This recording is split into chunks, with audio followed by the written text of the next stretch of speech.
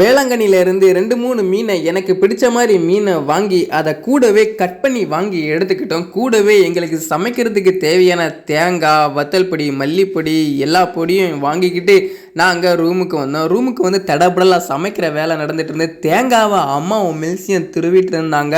எங்கள் பாட்டி என்ன பண்ணாங்கன்னா அந்த டைமில் மீன் எல்லாமே கழுவி அந்த டைமில் எல்லாம் எடுத்துகிட்டு இருந்தாங்க. அவங்களும் பாவம் சமைக்கிறதுக்கு எங்களுக்கு ஹெல்ப் பண்ணி தந்தாங்க. நான் ஒரு பக்கம் என்ன பண்ணேன்னா தண்ணி எல்லாம் கோரி அதை ஊற்றணும்னு சொன்னாங்க. நான் என்ன பண்ணேன்னா வெளியில் போய் ஒரு குடத்தை எடுத்துகிட்டு போய் அந்த குடத்தில் தண்ணி எல்லாம் நிறச்சி கொண்டு வந்து ஒலை கொதிக்கிற வைக்கிறதுக்காக உள்ள பானை எல்லாம் தண்ணி எல்லாமே எடுத்து ஊற்றினேன். அதுக்கப்புறமா என்ன பண்ணேன் அப்படின்னா கொஞ்சம் டொமேட்டோ எல்லாம் இருந்துச்சு, அதை சரி கட் பண்ணி கொடுக்கலாமே அப்படின்னு சொல்லிட்டு நான் எல்லாமே கட் பண்ணி கொடுத்தேன் அவங்களுக்கு. அம்மா எல்லாம் இன்னைக்கு இங்கே வரதா இருந்தால் நிறைய பேர் மோஸ்ட்லி சமைப்பாங்க. சமைக்கிறது இங்கே வழக்கம், சமைச்சு சாப்பிடுறது தான் இங்கே வழக்கமாக இருக்குது. நிறைய மக்கள் என்ன பண்ணுவாங்கன்னா சமைக்கிறதுக்காக எல்லாமே அரிசி பருப்பு உளுந்து எல்லாமே பாதி பேர் வீட்டில் இருந்தே எடுத்துகிட்டு வந்துடுவாங்க. இங்கே வந்து பார்த்திங்க அப்படின்னா நீங்கள் வந்து வெளியில் அலைய வேண்டாம். இங்கே வந்து எல்லா திங்ஸுமே இங்கேயே கிடைக்கும். உங்களுக்கு சமைக்கிற பொருள் மட்டும்தான் நீங்கள் வாங்கிட்டு வர வேண்டியதாக இருக்கும். மற்றபடி இங்கே வந்து யூட்டென்சில்ஸ் எல்லாமே இங்கே அந்த சமைப்போம்லாம் அந்த சாதனம் பானையில் இருந்து எல்லா சாதனம் இங்கேயே கிடைக்கும். அது வந்து வாடகைக்கு கிடைக்கும், அதனால் உங்களுக்கு பிரச்சனை இல்லை. நீங்கள் வந்து விறகுல சமைக்கணுன்னாலும் சமைக்கலாம், இல்லை உங்களுக்கு கேஸ் அடுப்பில் சமைக்கணுன்னாலும் சமைக்கலாம். உள்ளேயே கேஸ் அடுப்பு எல்லாமே இருக்குது. கேஸ் அடுப்பில் நீங்கள் சமைக்கிறதா இருந்தால் நீங்கள் எவ்வளோ மணி நேரம் கேஸ் அடுப்பை யூஸ் பண்ணுறீங்களோ அவ்வளோ மணி நேரத்துக்கு நீங்கள் காசு கட்ட வேண்டியது இருக்கும். நாங்கள் வந்து பக்கத்துலேயே விரவெல்லாம் இருந்துச்சு, அதனால் விரவில் சமைக்கிறது ரொம்பவே கஷ்டம். ஏன்னா விரவை எடுத்து அதை பற்ற வச்சு ஆன் பண்ணி சமைக்கிறதுக்குள்ளே போதும் ஒன்று ஆயிரும். அதனால நாங்கள் என்ன பண்ணோம் அப்படின்னா கேஸ் ஸ்டவ் வாடகைக்கு எடுத்துக்கிட்டோம். அதில் தான் நாங்கள் வந்து எல்லாமே சமைச்சோம். மீன் குழம்பு வச்சோம், மீனை பொரித்தோம், ஒரு ரசம் வச்சோம். அம்மா வந்து என்கிட்ட என்ன சொன்னாங்கன்னா மீன் குழம்புக்காக அந்த தக்காளி எல்லாம் போட்டு வதக்கு அப்படின்னு சொன்னாங்க. சரி வதக்கலாமே அப்படின்னு சொல்லிட்டு தக்காளி எல்லாம் கட் பண்ணி வச்சுருந்த தக்காளியை போட்டு நானும் வதக்கின கையோட தேங்காய் எல்லாம் மிக்சியில் அரைச்சி வச்சுருந்தாங்க. அந்த அரைப்பையும் கூடவே சேர்த்து அதுக்கப்புறமா கட் பண்ணி வச்சுருந்த பாட்டி வந்து மீனெல்லாம் கழுவி வச்சுருந்தாங்க. அந்த மீனையும் எடுத்து அதுக்குள்ளே தட்டி நாங்கள் வந்து 2, 3 முருங்கைக்காயை வெட்டி போட்டு மீன் குழம்பு அழகாக அசத்தலாக மீன் குழம்பு வச்சோம். இப்போ வந்து கேஸ் அடுப்பு பற்ற வைக்கிற டைமையும் ஆன் பண்ணுற டைமையும் அதை ஆஃப் பண்ணுற டைமையும் இங்கே நோட் பண்ணி வைப்பாங்க. நம்ம எப்போ ஆஃப் பண்ணுவோமோ அந்த டைமை வந்து நோட் பண்ணி அந்த டைம் வரைக்கும் உள்ள அமௌண்ட்டை நாம் கொடுக்கணும்.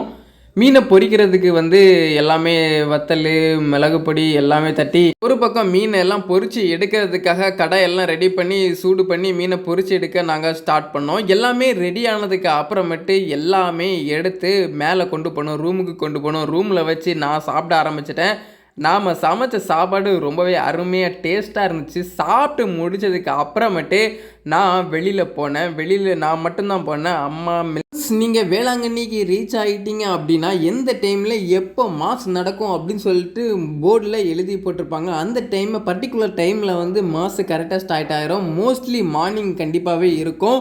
நான் வந்து பார்த்திங்க அப்படின்னா 2, 3 மாங்காயெல்லாம் வெளியில் விற்றுட்டு இருந்தாங்க. மாங்காயை வாங்கி நல்லா சாப்பிட்ட கையோட மாங்காயை வாங்கி சாப்பிட்டேன். மாங்காய் அருமையாக டேஸ்ட்டாக இருந்துச்சு. அங்கே உள்ள மாங்காயை வாங்கி சாப்பிட்டுக்கிட்டு வெளியில் அப்படியே சுற்றி பார்த்துட்டு இருந்தேன். எனக்கு வந்து என்ன வேணும் அப்படின்னா கொஞ்சம் எண்ணெய், அதுக்கப்புறமா கையில் கட்டக்கூடிய பேண்டு எல்லாமே தேவைப்பட்டுச்சு. அதை வாங்குறதுக்காக நானும் கடைகளெல்லாம் பார்த்துட்டே இருந்தேன். கடை எங்கே இருக்குது அப்படின்னா மெயின் சர்ச்சோட பேக் சைடில் வந்து எல்லாமே கிடைக்குன்னா பார்த்துக்கோங்களேன். உங்களுக்கு சர்ச்சுக்கு தேவையான நம்ம திருப்பலிக்கு தேவையான எல்லா திங்ஸுமே அங்கே கிடைக்கும். அங்கே பெரியவே ஆடிட்டோரியம் இருக்குது. அந்த ஆடிட்டோரியத்தில் எல்லாமே உங்களுக்கு கிடைக்கும். நீங்கள் ஒன்ஸ் அந்த பெரிய சர்ச்சோட பேக் சைடு போய் பார்த்தாலே உங்களுக்கு தெரியும். அழகாக போர்டெலாம் வச்சுருப்பாங்க, நீங்கள் போனாலே போதும். இதில் ஒரு விஷயம் என்ன அப்படின்னா மெழுகுவர்த்தி வாங்குறது ஒரு இடத்துலையா இருக்கும், பில் பே பண்ணுறது ஒரு இடத்துலையா இருக்கும். ஃபஸ்ட்டு நாம் வந்து பில்லை பே பண்ணி பில்லை வாங்கிடணும். வாங்கினதுக்கு அப்புறமா பக்கத்தில் வந்து அந்த பில்லை கொண்டு கொடுத்து அதுக்கப்புறமே தான் நமக்கு மெழுகுவர்த்தி எண்ணெய் எல்லாமே நமக்கு தருவாங்க.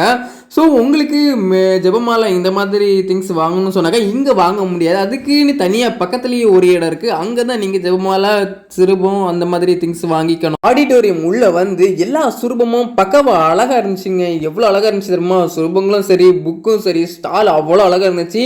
எல்லா திங்ஸுமே இங்கே கிடைக்கணும் பார்த்துக்கோங்களேன். சில இடத்துக்கு எல்லாமே இங்கே இருந்து தான் வந்து சப்ளை ஆகுதுன்னு கூட சொல்லலாம். அவ்வளோ அழகாக இருந்துச்சு. சுரூபங்கள் ஒவ்வொன்றும் பார்க்குறதுக்கு தரமாக அவ்வளோ நீட்டாக செய்து வச்சுருந்தாங்க. அதுக்கப்புறமா ஜெபமாலை கூட இருந்துச்சு. இங்கே வந்து லோ ரேட்லேயும் கிடைக்கும், ஹை ரேட்லேயும் கிடைக்கும். உங்களுக்கு எந்த மாதிரி டிசைனில் எப்படி தேவையோ அது எல்லா கலெக்ஷனும் இங்கே இருக்குது. அதை நீங்கள் பார்த்து செலக்ட் பண்ணி நீங்கள் எடுத்துக்கலாம். உங்களுக்கு என்ன தேவையோ அந்த மாதிரி வாங்கிக்கலாம். அதுக்கப்புறமேட்டு கையில் கட்டிக்கூடிய பேண்டு கூட நிறைய வகை வகையான கலராக இருந்துச்சு. அதை நான் பார்த்தேன், க்ரீன் கலரில் இருந்துச்சு, ரோஸ் கலரில் இருந்துச்சு, இப்படி நிறைய கலரில் இருந்துச்சு. நான் வந்து 2-3 பேண்டையும் வாங்கிட்டு ஜெர்மலையும் வாங்கிட்டு ஒரு சிறுபத்தையும் வாங்கிக்கிட்டு நேராக பில்லையும் பே பண்ணிவிட்டு வெளியில் வந்தேன். வெளியில் வந்து பார்த்தா தேர் எல்லாம் செய்துட்டு இருந்தாங்க. தேர் செய்கிற இடத்துக்கு நான் போனேன். அந்த டைமில் ஈவினிங் தேர் எடுக்கிறதுக்காக தேர் வேலை எல்லாம் சிறப்பாக நடந்துட்டு இருந்து, அதுக்கப்புறமேட்டு நீங்கள் விண்ணப்பம் ஏதாவது எழுதி போடணும்னா கூட போடலாம். உங்களுக்கு வேண்டிய விண்ணப்பத்தை எழுதி போடலாம். தமிழ், இங்கிலீஷ், மலையாளம் எல்லா மொழியிலையும் இருந்து. குறிப்பாக சொல்லணும்னா அதுக்கு 150 ரூபா பே பண்ணி ஆகணும். 150 ரூபா பே பண்ணால் மட்டும்தான் இந்த விண்ணப்பத்தை வாங்குவாங்க அப்படிங்கிற மாதிரி தான் இருந்துச்சு. அதுவும் மெயின் சர்ச்சுக்கு பேக் சைட்லேயே இருந்துச்சு. நீங்கள் அங்கே ஒன்றும் அலையாண்டாம். மெயின் சர்ச்சு பக்கத்துலேயே உங்களுக்கு போர்டு வச்சுருப்பாங்க, எப்படி போகணும் அப்படின்னு சொல்லிட்டு போர்டு வச்சுருப்பாங்க. அதை பார்த்து நீங்கள் போகலாம். மெயின் சர்ச்சோட ஃப்ரண்ட் சைட்லேயே கொஞ்சம் தூரம் நடந்து போனீங்கன்னா வாக்கபிள் டிஸ்டன்ஸ்லேயே இருக்கிறது தான் விண்மீன் சர்ச்சு. இந்த சர்ச்சு ஆசியாவிலேயே பெரிய சர்ச்சுன்னு கூட சொல்கிறாங்க. நிறைய பேர் இருக்கக்கூடிய ஒரு சர்ச்சுன்னு கூட இந்த விண்மீன் சர்ச்சை சொல்கிறாங்க. ஒரு பெரிய சர்ச்சு தான்.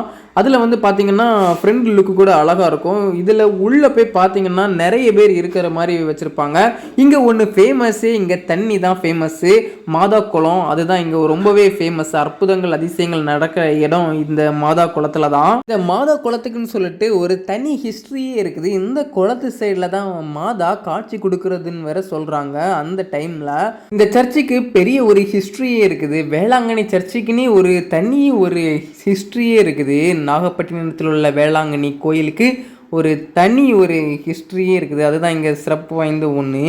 ஸோ இங்கே போனீங்க அப்படின்னா எல்லாருமே வந்து பண்ணுறது என்னென்னா, அந்த குளத்துல உள்ள தண்ணியை எடுத்துகிட்டு வீட்டுக்கு வருவாங்க. அந்த குளத்துல உள்ள தண்ணி அவ்வளோ ஃபேமஸான ஒன்று, எல்லாருமே குடிப்பாங்க. நானும் வந்து என்ன பண்ணேன்னா, அந்த குளத்துல உள்ள தண்ணியை எடுத்து குடிக்கலாமே அப்படின்னு சொல்லிட்டு நானும் வாங்கிறதுக்காக போனேன். கொஞ்சம் க்யூவில் நின்று தான் வாங்குற மாதிரி ஆயிடுச்சு. இங்கே வந்து அந்த குளத்தை வந்து ஃபஸ்ட்டு ஓப்பனில் வச்சுருந்தாங்க. இப்போ அந்த குளத்தை எல்லாமே கவர் பண்ணி க்ளோஸ் பண்ணி வச்சுருக்காங்க. ஏன்னா நாம் எதுவும் வேஸ்ட்டு அங்கே போய் அது அழுக்காயிடக்கூடாது அப்படிங்கிறதுக்காக அந்த குளத்தை பாதுகாப்பாட்டி மூடி வச்சுருக்காங்க. தண்ணியும் வந்து கொடுத்துட்டு தான் இருக்காங்க. நான் போய் தண்ணியை வாங்கி குடிச்சிட்டு அதுக்கப்புறமேட்டு அங்கே ஒரு ஆலமரம் இருக்குது. அதை ஃபுல்லாகவே சுற்றி வந்து நம்ம வேண்டுதலை வந்து நிறைவேற்றுறதுக்காக நிறைய பேர் என்ன பண்ணுவாங்கன்னா, பேப்பரில் எழுதி அதை ஒரு கயிறில் கட்டி அந்த மரத்தில் தொங்க விட்டுருவாங்க. ஸோ தொங்க விட்டதுக்கு அப்புறமேட்டு நம்ம வேண்டுனது நடக்கும்னு வேற இங்கே சொல்லுறாங்க. ஸோ நீங்கள் போனீங்க அப்படின்னா இந்த மாதிரி நீங்கள் பண்ணுங்கள். ஸோ அந்த இடத்துக்கு போகிறதுக்கு யங்ஸ்டேஜ் பசங்களாக இருந்தால் சடன்னு போயிடுவாங்க. ஸோ வயசானவங்களாக இருந்தாலும் உடல் ஊனமுற்றவங்களாக இருந்தாலும் அவங்களால நடந்து அந்த இடத்துக்கு போக முடியாத காரணத்தினால அங்கே வண்டி இருக்குது. ஸோ முதியவங்க வயசானவங்கெல்லாம் போகிறதுக்கு வண்டி வச்சுருக்காங்க. அந்த வண்டி வசதியில் போய்க்கலாம். அந்த வண்டியில் ஏறினாலே போதும், அவங்கள நம்ம கொண்டு விட்டுருவாங்க. அதுக்கப்புறமேட்டு இங்கே இன்னும் ஒன்று சிறப்பு வாய்ந்த ஒன்று என்னென்னா, சர்ச்சுக்கு பேக் சைடில் நிறைய பேர் காணிக்கை செலுத்தியிருப்பாங்க. இது இங்கே ரொம்பவே ஃபேமஸான ஒன்று. நிறைய பேர் எக்கச்சக்கமான பேர் வந்து வேண்டுதல் நிறைவேறின காரணத்தினால அவங்க தன் கையில் உள்ள மோதிரம் இந்த மாதிரி திங்ஸ் எல்லாமே காணிக்கையாக கோயிலுக்கு கொடுத்துருக்காங்க. அங்கே ஒரு ஆடிட்டோரியம் மாதிரி அதை செட் பண்ணி வச்சுருக்காங்க. நம்ம கொடுக்குறத நம்ம ஏதாவது நினச்சிருப்போம், அது நடந்துச்சுன்னு சொன்னாக்கா அங்கே கோயிலுக்குன்னே வந்து நிறைய பிரேஸ்லெட்டு, செயின், மோதிரம் இந்த மாதிரி அதை நன்கொடை நிறைய கொடுப்போம். அதுக்காகவே வந்து ஒரு இந்த மாதிரி நம்ம கொடுக்குறத வந்து மற்றவங்க தெரிஞ்சுக்கிறதுக்காக ஒரு ஆடிட்டோரியம் மாதிரி செட் பண்ணி வச்சுருக்காங்க. பேக் சைட்லேயே இருக்குது. அதுக்கப்புறம் மொட்டை அடிக்கிறதுக்குன்னு கூட தனியாக இடம் இருக்குது சர்ச்சுக்கு பேக் சைட்லேயே. நம்ம மொட்டை ஏதாவது போடணும்னா போடலாம். மொட்டை போடுறது வழக்கம். நிறைய மக்கள் வந்தாங்கன்னா வேண்டுதலுக்காக மொட்டை போடுறது வழக்கம். மொட்டை போடுறதுக்கும் இடம் பின்னாடியே இருக்குது. பின்னாடி தான் கடலும் இருக்குது. பேக் சைடில் தான் கடலும் இருக்குது. கடல் வந்து முன்னாடியெல்லாம் சர்ச்சுக்கு பக்கத்தில் இருக்குதுன்னு சொல்கிறாங்க. ஆனால் இப்போ வந்து மக்கள் வர வர கடல் வந்து தானாகவே பின்வாங்கி உள்ளே போச்சு அப்படின்னு வேற இங்கே சொல்லுறாங்க. அது ஒரு வகையில் உண்மைதான். ஸோ இந்த மாதிரியெல்லாம் நிறைய அதிசயங்கள், அற்புதங்கள் இங்கே இந்த கோயிலுக்கு நடந்துகிட்ருக்கு, இந்த கோயிலில் நடந்துகிட்ருக்கு.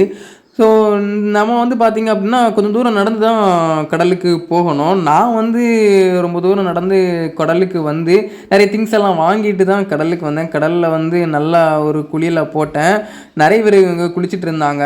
நானும் கடலில் இறங்கி குளித்தேன். உப்பு தண்ணியாக இருந்தாலும் கூட இங்கே வரவங்க மொட்டை போட்டுட்டு நேராக கடலுக்கு வந்து குளிக்கிறது பழக்கம். ஸோ நான் என்ன பண்ணேன், மொட்டை போடலை. நான் வந்து இந்த டைமில் மொட்டை போடலை. ஸோ நெக்ஸ்ட் டைம் போடலாம் அப்படின்னு சொல்லிட்டு நான் இந்த டைம் மொட்டை போடலை. ஸோ நான் வந்து கடலில் நான் குளித்தேன். நல்லா குளிச்சுட்டு எடுத்துகிட்டு நேராக அங்கே ஒரு டீயும் வாங்கி குடிச்சிட்டு அதுக்கப்புறம் விளையாட்டு வச்சுருந்தாங்க. அந்த விளையாட்டுலேயும் ஒன்று விளையாடிட்டு ஒரு ரிங் தருவாங்க. அந்த ரிங்கை வந்து நம்ம அந்த விளையாட்டில் தூக்கி போட்டோம்னா நமக்கு விழுற பொருள் வந்து அது நமக்கு கொடுத்துருவாங்க. எந்த பொருளை நாம் தூக்கி வீசுகிறோமோ அந்த பொருளை நாம் எடுத்துக்கலாம் அப்படிங்கிற மாதிரி விளையாட்டெல்லாம் நிறைய வச்சுருந்தாங்க. அந்த டிவிலலாம் கூட பார்த்துருப்போமே அந்த மாதிரி விளையாட்டெல்லாம் வச்சுருந்தாங்க. ஸோ நானும் அப்படியே விளையாடினேன். அதுக்கப்புறம் வந்து நிறைய நாவல் பழம்லாம் வச்சுருந்தாங்க. நானும் ஒரு நாவல் பழத்தெல்லாம் வாங்கி சாப்பிட்டேன். அழகாக இருந்துச்சு, டேஸ்ட்டாக இருந்துச்சு நாவல் பழம் சாப்பிட்றதுக்கு. அம்மாவும் என்ன பண்ணாங்கன்னா, அந்த டைமில் அம்மாவுக்கும் கொஞ்சம் திங்ஸ் வாங்க வேண்டியிருந்து அதுக்காக அம்மாவுக்கும் கொஞ்சம் திங்ஸ் வாங்க போயிருந்தோம். இங்கே எந்த பொருள் எடுத்தாலும் ₹20 அப்படிங்கிற மாதிரி சொன்னாங்க. ஆனால் எந்த பொருள் எடுத்தாலுமே வந்து நமக்கு ரேட்டு ஜாஸ்தியாக தான் சொல்கிறாங்க. குறிப்பிட்ட சில பொருள் இருக்குது, அதை வந்து ₹20 கொடுத்தாங்க. அதுக்கப்புறமா பொரி இங்கே ரொம்பவே ஃபேமஸ்ஸு. நிறைய பேர் இங்கே போனாங்க அப்படின்னா பொரி கடலில் வாங்கிட்டு வர்றது வழக்கம். நாங்களும் என்ன பண்ணோன்னா பொரி வாங்குறதுக்காக க்யூவில் நின்னோம். பொரி எல்லாம் நிறைய வாங்கிட்டு அதுக்கப்புறமேட்டு கொஞ்சம் திங்ஸ் எல்லாம் பர்ச்சேஸ் பண்ணிவிட்டு நான் வந்து முன்கூட்டியே பொருளெல்லாம் வாங்கிட்டேன். ஆனால் எங்கள் அம்மா மில்சி என்ன பண்ணாங்க, அந்த டைமில் பொருளாக வாங்கலை, லேட்டாக தான் அவங்க வாங்கினாங்க. நாங்கள் வந்து கடலுக்கு போயிட்டு ரிட்டன் வரும்போது தான் அவங்க திங்ஸ் எல்லாமே வாங்கினாங்க. ஸோ அவங்களும் பொருளெல்லாம் வாங்கிட்டு நானும் பொருளெல்லாம் வாங்கிட்டு அப்புறம் பானிபூரி ஐஸ்கிரீம் எல்லாம் கொடுத்தாங்க. ஐஸ்கிரீம் ரொம்ப குல்பிஎஸ் மாதிரி நல்லா இருக்குன்னு சொன்னாங்க. அந்த ஐஸ்கிரீமை வாங்கி சப்பு சப்புன்னு குடிச்சிட்டு அதுக்கப்புறமேட்டு ஈவினிங் வந்து ஒரு 6 o'clock போல் கோயிலில் வந்து தேர் பவனி நடந்துட்டு இருந்து அந்த தேர் பவனி வந்து மாதா தேரை அழகாக கொண்டு வந்தாங்க. அப்படி ஜெகஜோதியாக இருந்துச்சு அந்த தேரை பார்க்குறதுக்கே. அவ்வளோ கூட்டம்னா பார்த்துக்கோங்களேன், அந்த தேரை பார்க்குறதுக்கு அவ்வளோ கூட்டம். உள்ளே வந்து யாரையுமே அலோவ் பண்ணலை. கேட்டை வந்து மெயின் கேட்டை வந்து க்ளோஸ் பண்ணி வச்சுட்டாங்க. நாங்கள் வந்து என்ன பண்ணோம்னா வந்து நாங்கள் உள்ளே போயிடலான்னு பார்த்தோம். ஆனால் என்னால் உள்ளே போக முடியலை. வெளியில் இருந்துகிட்டே நான் வந்து பார்த்தேன்.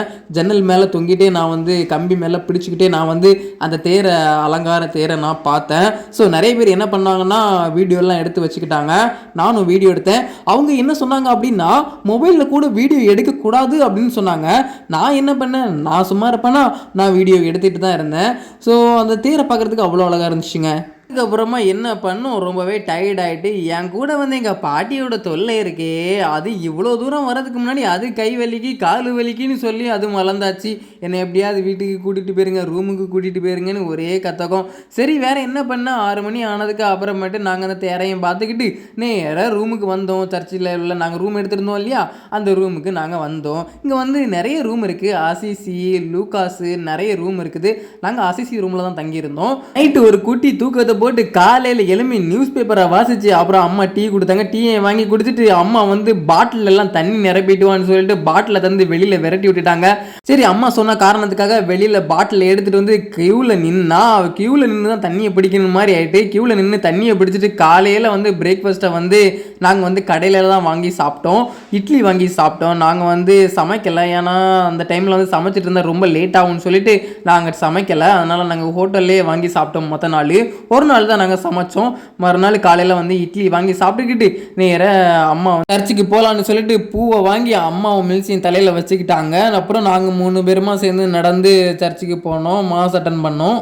இது வரைக்கும் நான் நடந்ததை வந்து பார்ட் 2 வீடியோவில் நான் அப்லோட் பண்ணுறேன். பேலன்ஸ் வீடியோவை கண்டினியூஸாக நான் வந்து பார்ட் 3ல் நான் அப்லோட் பண்ணுறேன். ஸோ ஃப்ரெண்ட்ஸ், இதுதான் நம்ம சேனலில் ஃபஸ்ட் டைம் பார்க்குறீங்க அப்படின்னா மறக்காமல் நம்ம சேனலை சப்ஸ்கிரைப் பண்ணுங்கள். கூடவே பெல் ஐக்கானையும் கிளிக் பண்ணி வச்சுக்கோங்க. அப்போ தான் நான் போட வீடியோ உங்களுக்கு உடனுக்குடன் கிடைக்கும். So thank you. மோர் யூஸ்ஃபுல்லான வீடியோஸ் உங்களை நான் அப்லோட் பண்ணுறேன். So thank you Tata bye. C you next வீடியோவில் பார்க்குறேன். பாய், லவ் யூ.